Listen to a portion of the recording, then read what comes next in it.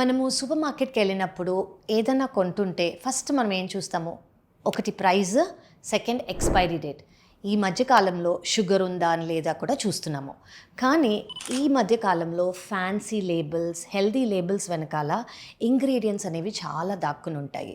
For example తీసుకోండి, మనము ఒక నట్ కుక్కీ ఏదైనా తీసుకున్నామనుకోండి, అందులో నట్స్ ఎంత ఉంటాయి? మహా అయితే లెస్ దెన్ 2%. మిగతాదంతా రిఫైన్డ్ ఆయిల్, వీట్ ఫ్లోర్ లేదా మైదా లేదా కలరింగ్ ఏజెంట్స్, ఫ్లేవరింగ్ ఏజెంట్స్ ఇవన్నీ చాలా దాక్కుని ఉంటాయి. సో మీరు నెక్స్ట్ టైం ఏం చేస్తారంటే ఒక ఇంగ్రీడియంట్స్ లిస్ట్ రాసుకోండి మీ ఫోన్లో. ఇవి ఉంటే నేను తప్పకుండా కొనుక్కోకూడదు అని తెలుసుకొని మీరు అవి ఉంటే అవాయిడ్ చేసేయండి. I'm not against any brand, but make sure your health is very very important. మీరే కాదు, మీ పిల్లలకు కూడా నేర్పించండి ఇంగ్రీడియంట్స్ అనేది ఎలా చదవాలో, so that we teach every one how to eat right. ఓకేనా?